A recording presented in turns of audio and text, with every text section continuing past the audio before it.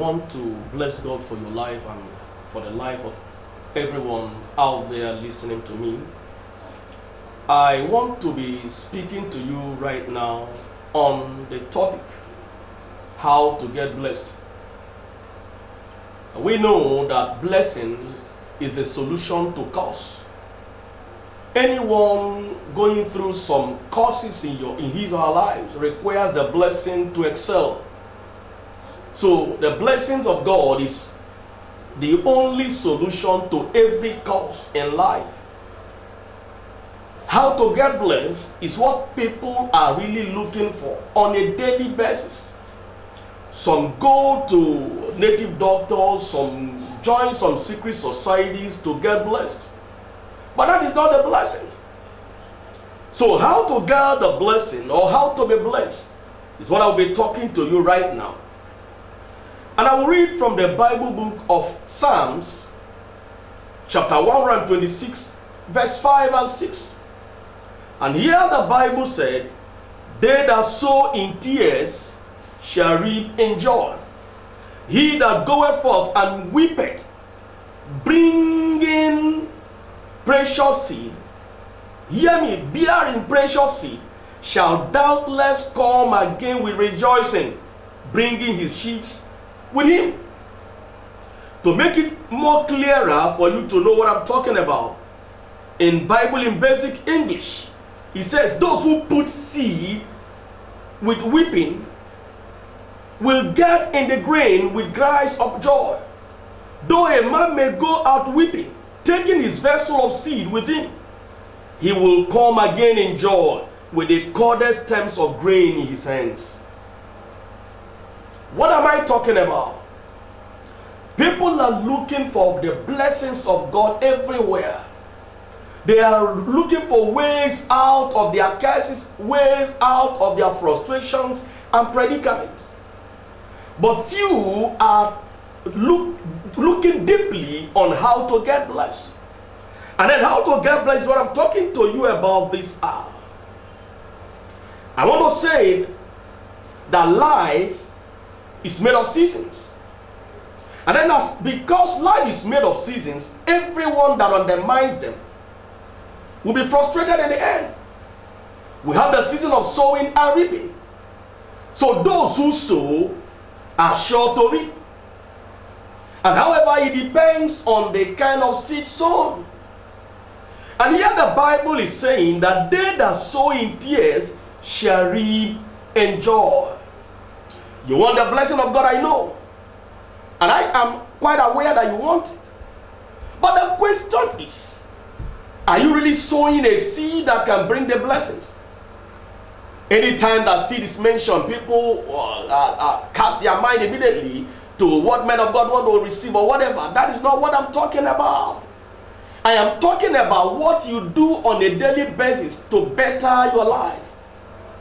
I am talking about those things that you do to produce the blessing you expect. There are 4 things I'm going to share with you. Number 1, every desired blessing begins with a seed. Every desired harvest begins with a seed. And the Bible made us to understand that what you sow is what you reap. Then the question is, what are you sowing right now? Maybe as a young girl, as a young boy, are you in school? And then by the time you're supposed to study, you are using it to flirt around and then gallivant around, and then you forgot about what you should do. And then during the exam period, begin to run here and there to see how you can get yourself out of this question that is set before you. Who are you today and what are you doing? I can predict your life with what you do right now. If you are desperately in need of the blessing, then you must plant the seed of the harvest that you expect. Are you into skill acquisition? Why can't you invest time? Why can't you invest effort? And then get something reasonable out of what you are doing. My brother, my sister, looking at what you are doing right now, do you expect to see a great harvest, a great blessing 2 years, 3 years, 5 years from today with this same thing that you do every day? So if you must experience the blessing, then you must also be willing to sow the seed. It's very important.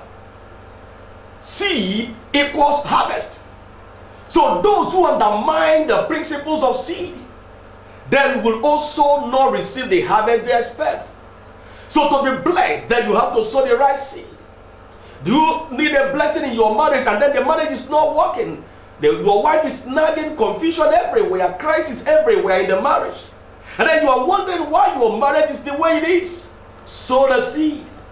It could be that you need some patience. It could be that you need some self-control. It could be that you need some things to adjust what you are doing. Sow the seed.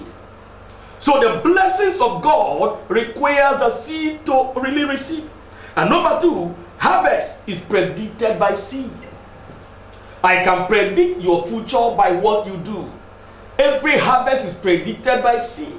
So those who are desperate to sow seed, hear me, look at what the Bible says. It said that those that sow in tears, it takes decision, it takes determination, it takes courage to sow a seed of blessing. There are so many things or so many areas of your life that you would have said, no, I'm not going to do this. I don't want this thing done. I can't walk out. Maybe you've made a resolution, a decision not to shift ground.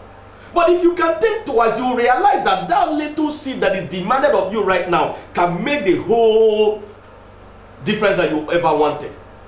Sow the right seed.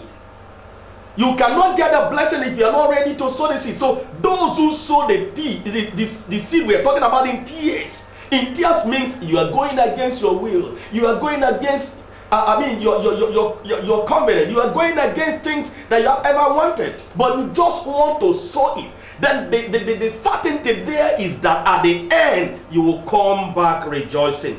And I see you coming back rejoicing because I know I am not just saying it because I'm saying it as a servant of God. I am saying it because the word of God said it and I believe it and I know it's going to work out for you.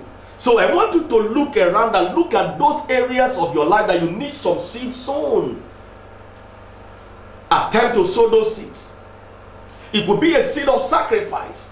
Sacrifice of your confidence. Sacrifice of your maybe your patience and whatever. Make some sacrifice. That is seed that is required of you. Are you a businessman? You need some sacrifice. Cut down on your expenditure. That could be what you just need to succeed. Are you a politician? Do it right. Probably that is not what you need to succeed. Are you a leader, a president, a governor? There are certain things that you must do to get a blessing. It is not about extorting people and then trying to take away what belongs to others. It is all about God. And number three, the seed of blessing grows best in the soil of obedience to God. Anytime that we are obeying the Lord, that means that we are already planting our seed in the soil of blessings. The blessings will always come when we obey God. There are so many of us today who are not willing to obey God. It doesn't matter. God will speak to them through his messengers, through his servants, through his word, through their consciences. But they undermine it. They damn the consequences. And they want to be blessed. Child of God, that you have a car today, or you have good homes today, or whatever, it's not a blessing. The blessing is bigger than that. In Romans chapter 10 verse 22, the Bible says that the blessing of God makes rich and added no sorrow. If there are blessings so called that you have today, and then you are frustrated, you are confused, you wish that you never had them, it's not the blessings of God. So it is only when you, as a child created by God, as someone created by God, submit yourself to his will, that you tap the blessings.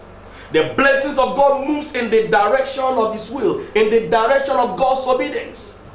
And then what am I talking about?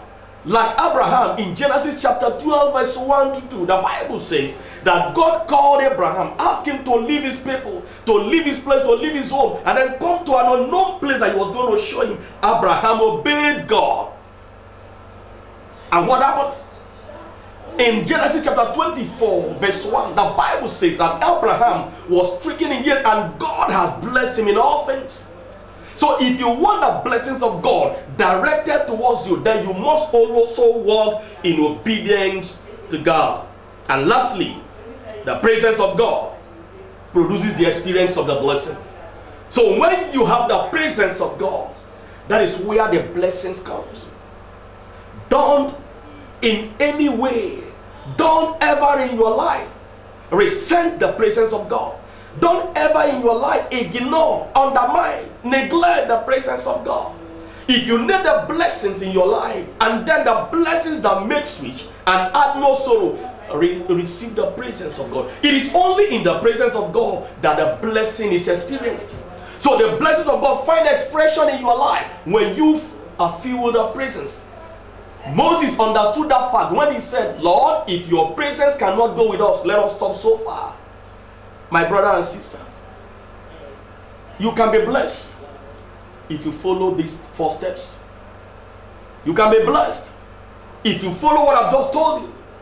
Every desired blessings, every desired harvest begins with a seed. And then harvest can also be predicted by the seed sown. Watch what you do daily. Watch where you go daily. Watch what you say daily. Those things are bearings to your future. So if you can work at becoming the best you can, your future is guaranteed. And I also want to assure you that the seed of the blessing grows better, grows well in the soil of obedience to God, in the soil of the will of God. And lastly, I said that when you have that presence of God, then there is no way you cannot experience the blessings. And I want to assure you, if you can only obey what I've just said, you are blessed already. And in a very short possible time, the blessing will find expression in your life soonest. God bless you. God bless you. May I pray for you? Blessed Father, Lord, I thank you so much for this one who have just listened to me. I bless you because you just used me as a vessel to reach out to him, to reach out to her. I demand, oh God, Lord, that your blessing be released because she, oh God, has accepted this word. I thank you because I know it is done. Blessed be your most excellent name. In Jesus' name. God bless you. See you some other times.